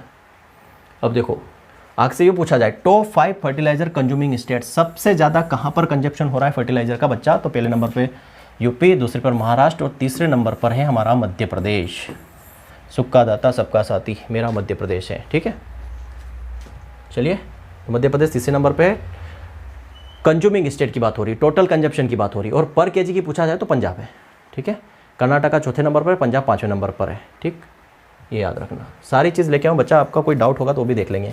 One nation one fertiliser scheme का नाम क्या है? वो नाम है प्रधानमंत्री भारतीय जन उर्वरक परियोजना, ये नाम है, ठीक है। One nation one fertiliser scheme named as Pradhanmantri Bharatiya Jan Urvarak Pariyojana. All urea to be sold under the brand name, Bharat urea के नाम से बेचा जाता है, जितना भी यूरिया है ब्रांड नेम भारत यूरिया के नाम से। All DAP sold under the name Bharat DAP, Bharat DAP के नाम से बेचा जाता है, ठीक है, ट्रेड नेम इसके नाम के नाम साथ बेचा जाता है। पेस्टिसाइड कंजप्शन सिनेरियो देख लो, पेस्टिसाइड कंजप्शन का क्या है 2022-23 का। टोटल इंसेक्टिसाइड पेस्टिसाइड रजिस्टर कितना है? 318, ठीक। Pesticide formulation ban in India as October 2022 के अकॉर्डिंग है ये, ठीक। पेस्टिसाइड बैन फॉर मैन्युफैक्चरिंग या मैन्युफैक्चर इंपोर्ट, टोटल 46 बैन कर दिए इन्होंने मैन्युफैक्चर और इंपोर्ट के लिए। मैं इंपोर्ट भी नहीं करेंगे और बनाएंगे भी नहीं, कितने? 46 ऐसे जिनको बैन कर दिया है और इंपोर्ट कर दिया अक्टूबर 2022 में, कितने? 46। Pesticide formulate ban for import and manufacturing and use 4, ठीक है, इसका उपयोग भी नहीं करेंगे। ये तो इन्होंने बनाना बंद कर दिया है और इंपोर्ट करना बंद कर दिया है, इनको यूज़ कर रहे होंगे, लेकिन 4 ऐसे हैं जिनको बनाएंगे भी नहीं, इंपोर्ट भी नहीं करेंगे और यूज़ भी नहीं करेंगे, ऐसे 4 हैं, ठीक है। Pesticide formulation banned for use but continue to manufacture for export, हम यूज़ नहीं करेंगे भारत में लेकिन उसको बनाएंगे बेचने के लिए, ऐसे कितने हैं? 5। पेस्टिसाइड विड्रॉल 8 को हमने क्या कर लिया? विड्रॉ कर लिया, अब नहीं करेंगे उस पर भी काम। पेस्टिसाइड रिस्ट्रिक्ट है कंट्री में, कितने? 9 रिस्ट्रिक्ट है, हम यूज़ नहीं करेंगे, बाहर से नहीं आएगा।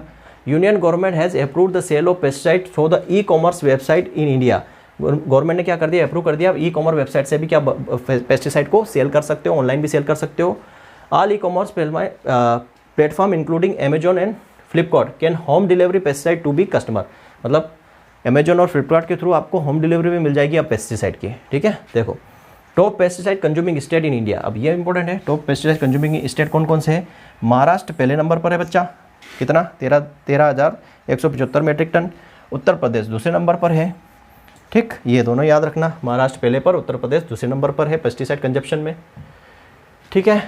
लिस्ट पेस्टिसाइड कंजप्शन, जो सबसे कम यूज़ कौन करता है, कौन स्टेट या कौन जो है केंद्र शासित प्रदेश है वो जो सबसे कम पेस्टिसाइड का यूज़ करता है वो है अरुणाचल प्रदेश, 3 मिलियन टन, और गोवा 32 मिलियन टन, ये सबसे कम यूज़ करने वाले हैं।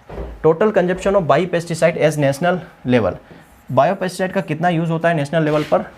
तो 8,603, उसमें Rajasthan was the major consumer, Rajasthan जो है उसमें फर्स्ट नंबर पर है, ठीक है। ये बच्चा जितना भी सारा आपके लिए डाटा हम लेके आए हैं, और क्या है इसमें, ठीक है, ये छोड़ देना। हाँ, pesticide ban Tamil Nadu government 60 days, कोई मतलब का नहीं है।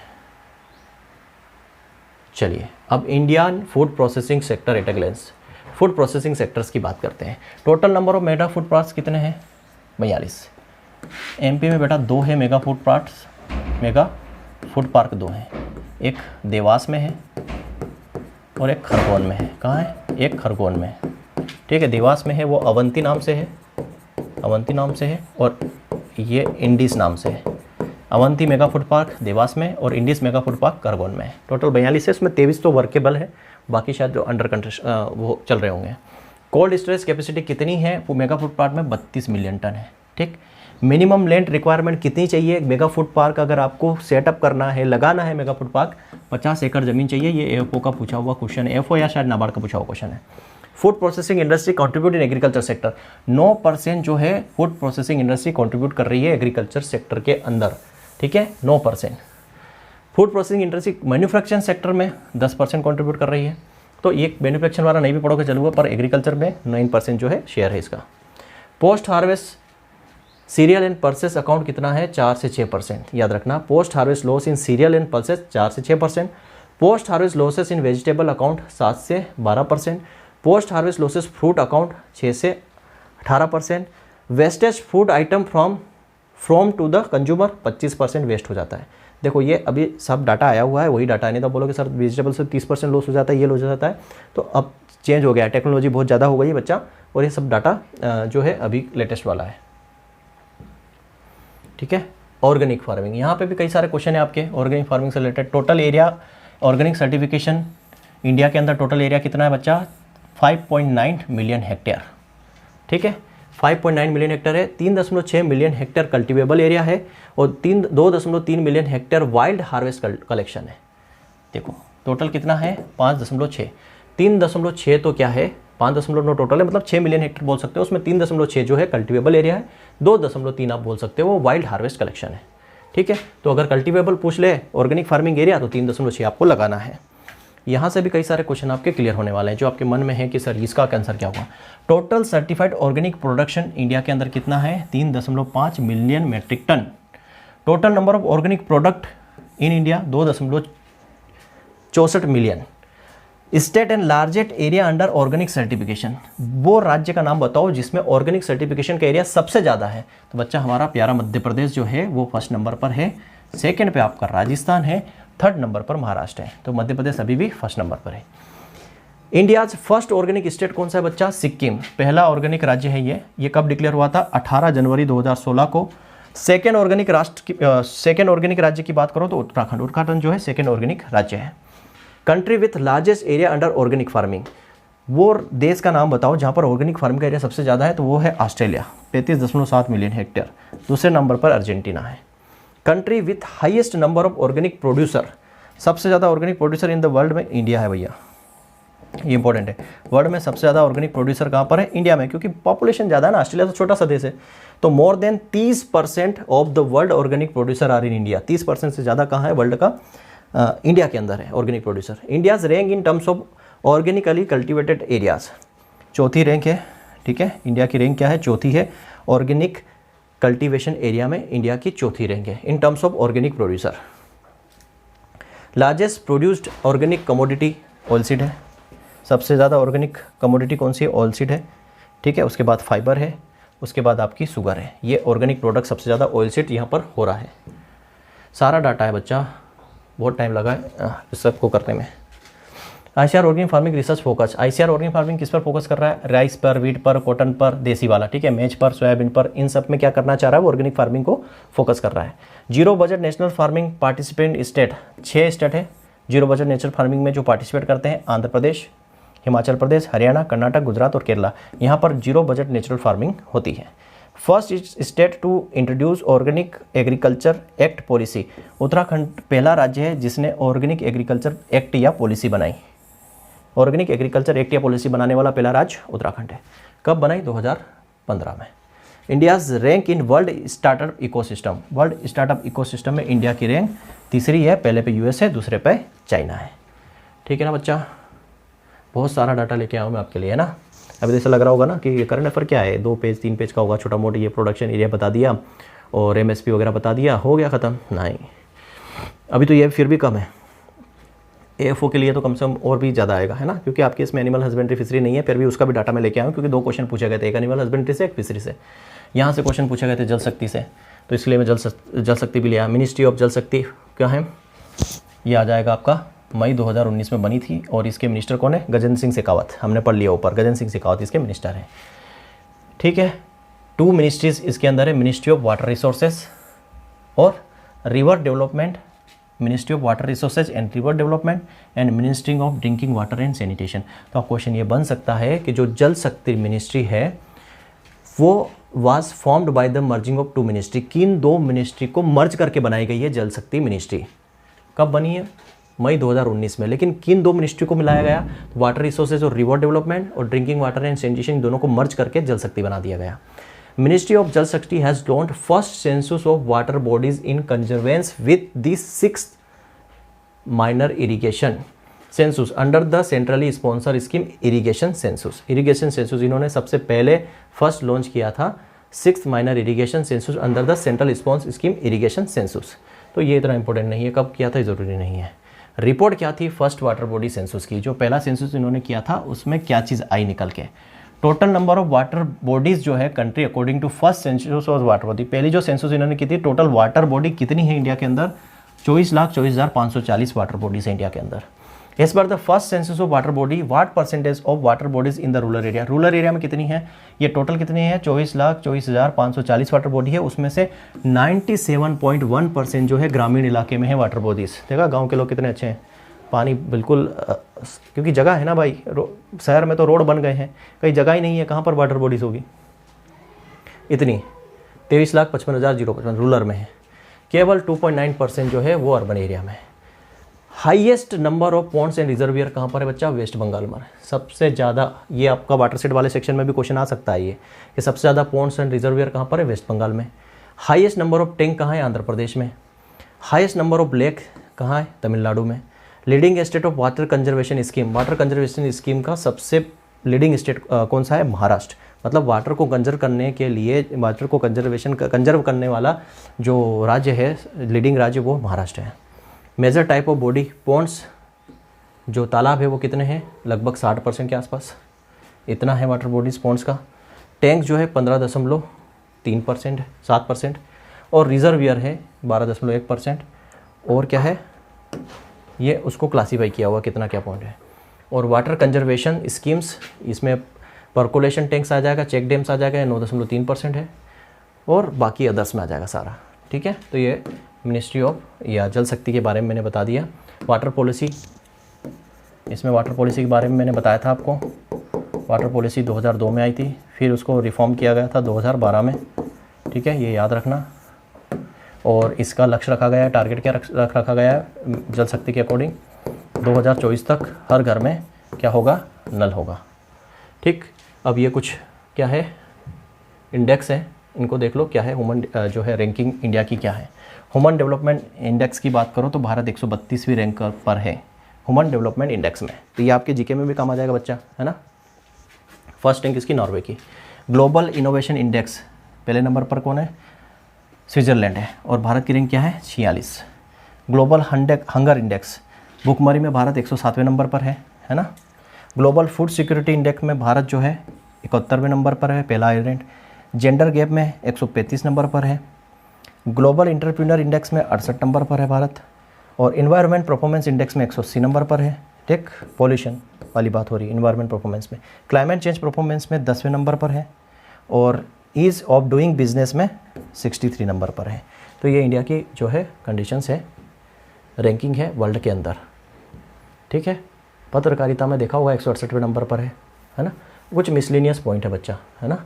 अब कुछ मिसलिनियस पॉइंट में डिस्कस करूँगा। इथेनॉल प्रोडक्शन वो इंक्रीज़ हुआ है 40 करोड़ लीटर, 40 करोड़ लीटर से 340 करोड़ लीटर, जस्ट 7 ईयर, 7 साल में जो इथेनॉल प्रोडक्शन है वो 40 करोड़ से लेकर 340 करोड़ हुआ है। क्यों हुआ है? उसका सबसे बड़ा रीज़न जाता है नितिन गडकरी साहब को, है ना।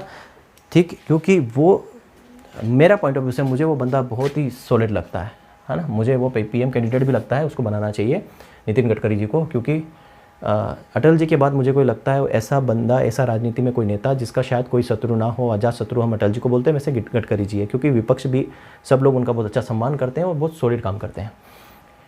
Present ethanol blending with petrol, petrol के साथ जो हम कितना यूज़ करते हैं, मतलब है ना, पेट्रोल के साथ इथेनॉल कितना यूज़ करते हैं? 10%। और टारगेट क्या सेट किया गवर्नमेंट ऑफ इंडिया ने 2025 तक कि हम 25% यूज़ करेंगे। मतलब क्या है? Petrol plus ethanol. तो पेट्रोल अभी 90% यूज़ हो रहा है, 10% इथेनॉल यूज़ हो रहा है। टारगेट क्या है? इसको 75 करेंगे प्लस 25 इथेनॉल करेंगे, ये टारगेट है 2025 तक का। ठीक है। रामसार साइट की बात करो 2023 टोटल रामसार साइट कितनी है? वेटलैंड जो है की बात हो रही है। टोटल रामसार साइट जो इंडिया में 75 है। ठीक है, एमपी में बता दूँ, एमपी में 4 है। 3 के नाम तो मुझे याद है, एक तो भोजताल है, सिरपुर, भोजताल भोपाल में, सिरपुर तालाब जो है इंदौर में है, और यशवंत सागर भी है इंदौर में है। एक मुझे याद नहीं है, ठीक है, देख लेना, एक मुझे याद नहीं है। ठीक है, चलिए एफपीओ की बात कर लेते हैं ना। एफपीओ की बात कर लेते हैं, फार्मर प्रोड्यूसर ऑर्गेनाइजेशन। तो total number of farmer producer organisation on brand e NAM platform पर कितने फार्मर प्रोड्यूसर ऑर्गेनाइजेशन है? तो ये है 2390 जून 2023, आज ही चेक किया मैंने। ठीक है, कमोडिटी कितनी है वहाँ पर? 209 कमोडिटीज़ हैं, 209 कमोडिटीज़ है, और 2390 एफपीओज वहाँ पर प्लेटफॉर्म पर रजिस्टर्ड है। अब यहाँ पर थोड़ा सा देख लो कौन सा राज्य किस कंडीशन पर है एफपीओ में। स्टेट एपीएमसी इंटीग्रेटेड ऑन, मतलब जो भी स्टेट एपीएमसी होती है ना, जो मंडी होती है, बोर्ड होता है, वो कितना यहाँ पर जो है इंक्लूडेड है प्लेटफॉर्म पर? तो लगभग 1361 मार्केट और 23 स्टेट और 4 यूनियन टेरिटरी। 1361 जो है मार्केट है, ठीक, मंडीज़ है, 23 स्टेट यहाँ पर जुड़े हुए हैं इससे, और 4 यूनियन टेरिटरी जुड़ी हुई है। कितनी? 1361 मंडी बोल सकते हो, 23 स्टेट है और 4 यूनियन टेरिटरी है। पहले नंबर पे आप जाओगे, ऐसा ये नहीं है कि ये नंबर डले हुए तो ये नंबर नहीं है, ये यूनियन टेरिटरी कौन सी, एक तो ये यूनियन टेरिटरी हो गई, 2 तेरी हो गई, ये भी एक लिखा है, इसको नहीं जाना। हमें क्या देखना है, हमें देखना है कि सबसे ज़्यादा कहाँ पर है, किस राज्य में सबसे ज़्यादा है एफपीओ या मार्केट कितनी, 1361 है, 1361 में सबसे ज़्यादा कहाँ पर है, तो देखो ये है हमारा क्या, राजस्थान। ठीक, तो राजस्थान सबसे पहले नंबर पर है क्योंकि यहाँ पर 145 एपीएमसी मंडी जुड़ी हुई है। दूसरे नंबर पर आपका मध्य प्रदेश, दूसरे नंबर पर आपका है गुजरात। ठीक है, दूसरे नंबर पर आपका गुजरात, 144 मंडी जो है मार्केट यहाँ पर जुड़े हुए हैं। तीसरे नंबर पर आपका एमपी है जिसकी 136 मंडी जो एपीएमसी है वो जुड़ी हुई है। ठीक है, इस तरीके से आप देख सकते हो। तो अगर पूछा जाए कि ई नाम पर कितने मार्केट जो है, कितनी एपीएमसीज जो है वो एमपी की वहाँ पर प्लेटफॉर्म पर है, तो आप लिखते हो 136, सबसे ज़्यादा राजस्थान की, और फिर आप देख सकते हो किसकी, गुजरात की है। ठीक है, चलो अब मैंने आपको बोला था मिलेट वाला कॉन्सेप्ट कि मिलेट क्या है, उसके बारे में बात करते हैं मिलेट्स वाले में।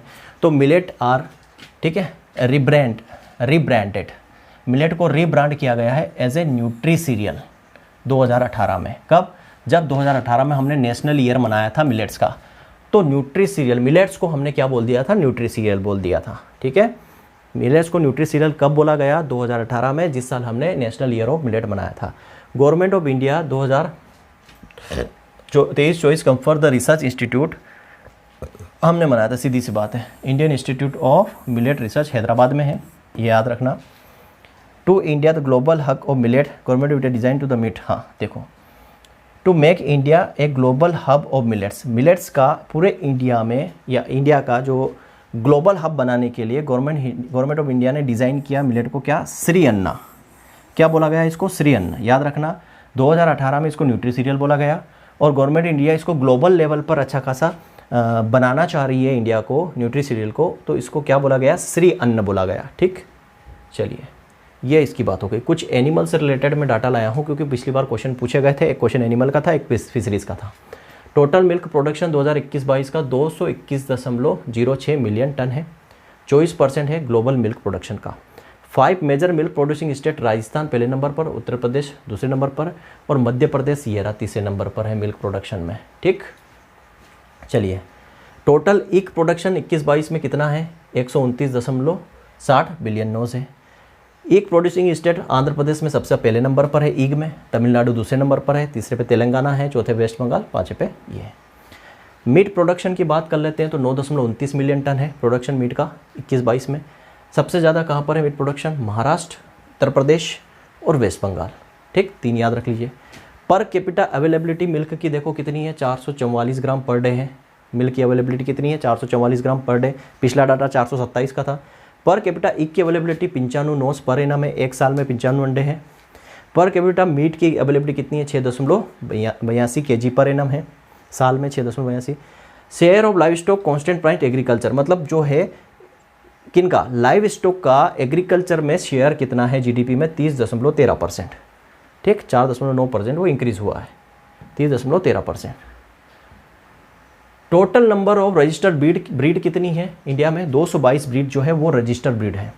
पोर्टल लॉन्च किया गया था ministry of fishery animal husbandry and dairying in order to expected regular process of approval of animal drugs and vaccine. कौन सा, नंदी पोर्टल, नंदी पोर्टल, ताकि जो एनिमल्स हैं उनको प्रॉपर तरीके से मेडिसिन या उनका वैक्सीनेशन किया जा सके, उसके लिए नंदी पोर्टल लॉन्च किया गया था। ठीक है, नाम क्या था, new drug and incubation system portal. ठीक है, किसने किया था, तो इनके मिनिस्टर कौन है, गिरिराज सिंह। ठीक, पंचायती राज और रूरल, वो तो पंचायती राज रूरल डेवलपमेंट के, इनके मिनिस्टर कौन है, पुरुषोत्तम रूपाला जी।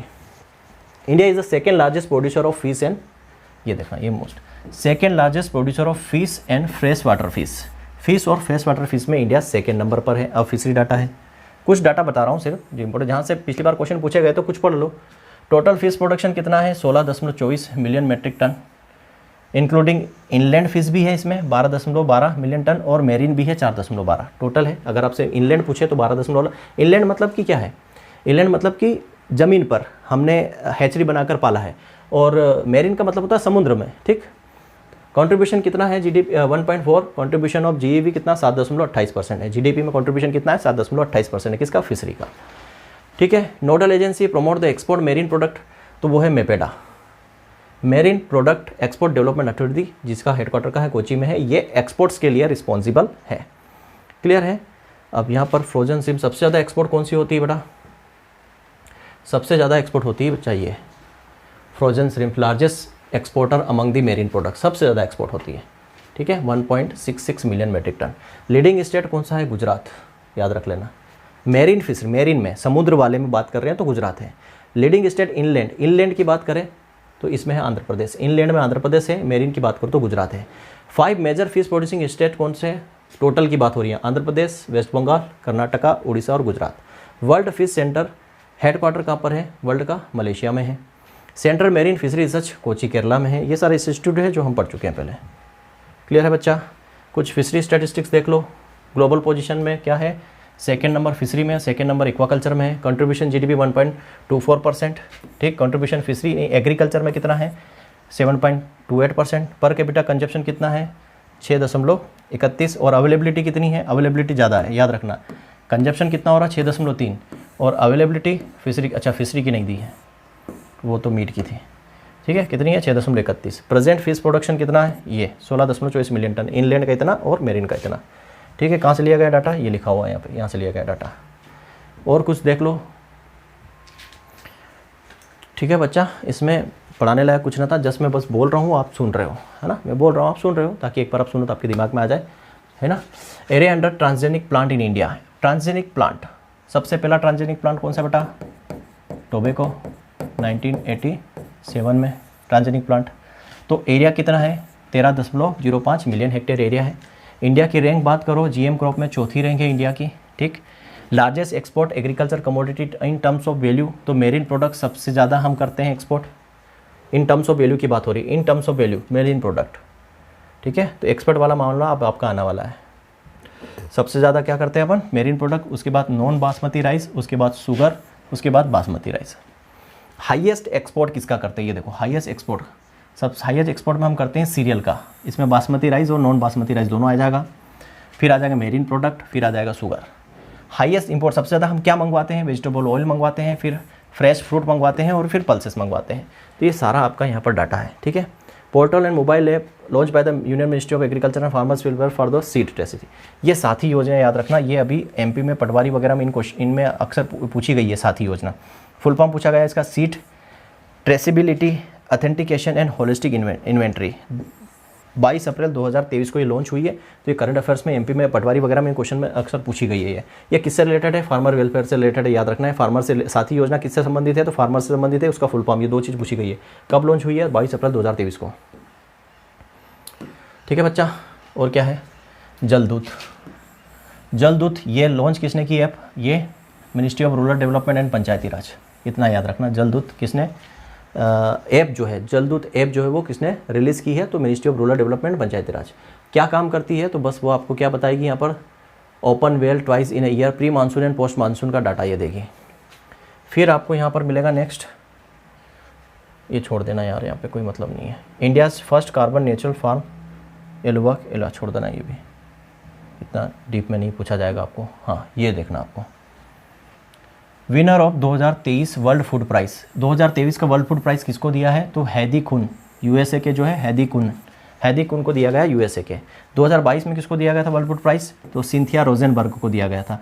क्लाइमेट, इम्पैक्ट ऑफ क्लाइमेट, किसके, इम्पैक्ट ऑफ क्लाइमेट के इम्पैक्ट पर इन्होंने काम किया था उसके लिए। और इनको क्यों दिया गया, लिखा है farmer focus development model that farmland food security and livelihood resilience after the devastating conflict, ठीक है। तो फार्मलैंड और फार्मर फूड सिक्योरिटी, और इसके लिए इनको दिया गया 2023 में किसको, हैदी कुन, यूएसए के हैं ये। और 2022 में दिया गया था सिंथिया रोजनबर्ग को। 2021 में किसको दिया गया था, शकुला देवी थ्रिस्टन को। 2020 में दिया गया था किसको, हमारे रतन जी को, ठीक। फार्म मैकेनाइजेशन कितना है इंडिया में, 40 से, ये इंजीनियरिंग का क्वेश्चन है, 40 से 45% फार्म मैकेनाइजेशन है। ये देख लो, national average farm power ability कितना है, 2.02 किलोवाट पर हेक्टेयर है। ये नीड कितनी है, इंक्रीज़ कितना चाह रहे हैं, 4 किलोवाट पर हेक्टेयर बाई 2030 तक हम चाह रहे हैं कि 4 किलोवाट तक पहुंच जाए। High use mechanical power in Punjab, सबसे ज़्यादा जो हम मैकेनिकल पावर यूज़ कर रहे हैं पंजाब में कितना है, 3.5 किलोवाट पर हेक्टेयर। तो हमें पूरे कंट्री की कितनी करना है, 4 करना है किलोवाट पर हेक्टेयर 2030 तक। एवरेज इतनी है, पंजाब में सबसे ज़्यादा है, ठीक है। चलिए, अब union minister inaugurate the first green field, ये क्वेश्चन आ सकता है, first green field farm machinery plant Madhya Pradesh के पीथमपुर में। First greenfield farm Madhya Pradesh के पीथमपुर में।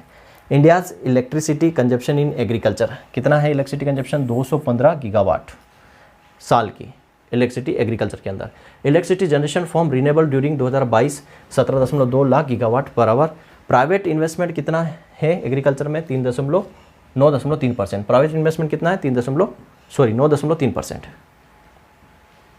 ठीक है बच्चा, बोल बोल के मैं भी थक गया यार, क्योंकि इसमें पढ़ाने वाला कुछ नहीं, समझाने वाला कुछ नहीं, बस डाटा है, आपको याद करना है। तो मैं भी बोल बोल के थक गया, समझाने वाली चीज़ होती तो और भी मज़ा आता। खैर ठीक है। इंस्टीट्यूशनल क्रेडिट एग्रीकल्चर सेक्टर 2021-22, इतना क्रेडिट जो है इंस्टीट्यूशनल क्रेडिट दिया गया 18.6 lakh crore. Free food grain to be distributed to about, देखो ये ना फ्री में फूड ग्रेन दिया गया है ना, गरीबों को दिया गया था ना अनाज, कोरोना टाइम से अभी तक दे रहे हैं। कितने बेनिफिशरीज को? 81.4 करोड़ बेनिफिशरीज को दिया गया था नेशनल फूड सिक्योरिटी एक्ट के अंदर for the 1 year of January 2023, जनवरी 2023 तक, जनवरी 2023 से, ठीक है, ये देंगे कितना? 81.4 करोड़ बेनिफिशरी को नेशनल फूड सिक्योरिटी एक्ट के तहत इतना फ्री फूड ग्रेन डिस्ट्रीब्यूट करेंगे ये जनवरी 2023 से लेके 1 साल तक। ये याद रखना, जनवरी 2023 से 1 साल तक कितना देंगे? 81.4 करोड़ बेनिफिशरीज को देंगे। किस मिशन के अंदर? नेशनल सिक्योरिटी एक्ट के अंदर। टोटल केवी के बच्चा कितना है? 732। हाईएस्ट कहाँ है? यूपी में। कहाँ पर? कानपुर जोन में। कितना है? 89। एमपी में कितना है? 54। ठीक है, जबलपुर जोन की बात कर रहा हूँ मैं, है ना, जबलपुर जोन पूछ ले तो टोटल है 82। हाईएस्ट है यूपी में। कौन सा जोन पड़ता है? कानपुर जोन। कितने हैं? 89। ठीक, और जबलपुर जोन, जबलपुर जोन ठीक कितने हैं? 82। उसमें से 54 जो है वो एमपी में है और 28 जो है वो सीजी में है, छत्तीसगढ़ में है। ठीक, ये याद रखना। पहला जो आपको पता है पांडुचेरी में बना था, है ना, पहला कब बना था? पांडुचेरी में बना था। केवी के अंडर एडमिनिस्ट्रेशन कंट्रोल, तो किसके कंट्रोल में आता है? Deputy director general of agriculture extension, इनके कंट्रोल में आता है। कौन है डीडीजी? तो उधम सिंह गौतम, डॉक्टर उधम सिंह गौतम जो है क्या है? डॉक्टर गौतम, ये क्या है? इसके डीडीजी हैं। Effective functioning and monitoring of KVKs are divided into 11 ATARI zone. इनके अच्छे काम करने के लिए इनको 11 अटारी जोन में बांटा गया है। ठीक है, 11 अटारी जोन में बांटा गया है। तो जबलपुर अटारी जोन के अंदर हमारा जो है वो जबलपुर अटारी जोन में आता है, मध्य प्रदेश में जबलपुर अटारी जोन में आता है, जिसमें छत्तीसगढ़ और मध्य प्रदेश दोनों है, दोनों को मिलाकर 82 है। तो 54 मध्य प्रदेश में है और 28 जो है छत्तीसगढ़ में है। अटारी का फुल फॉर्म देख लो, agriculture technology application research institute. ठीक है, कितने जोन है इसमें? ATARI formerly called zonal project director, पहला इसको क्या बोला जाता था? जोनल प्रोजेक्ट डायरेक्टर बोला जाता था, बाद में नाम बदलकर अटारी कर दिया। Applied research done by KVK. Basic research होता है ICR research institute. KVK works start from the technology testing onwards, मतलब बेसिक रिसर्च होता है, वोकेशनल ट्रेनिंग होती है यहाँ पर और कुछ नहीं है। ठीक है, highest number of KVK zone तीसरा है कानपुर वाला, वहाँ पर 89 केवीकेस है।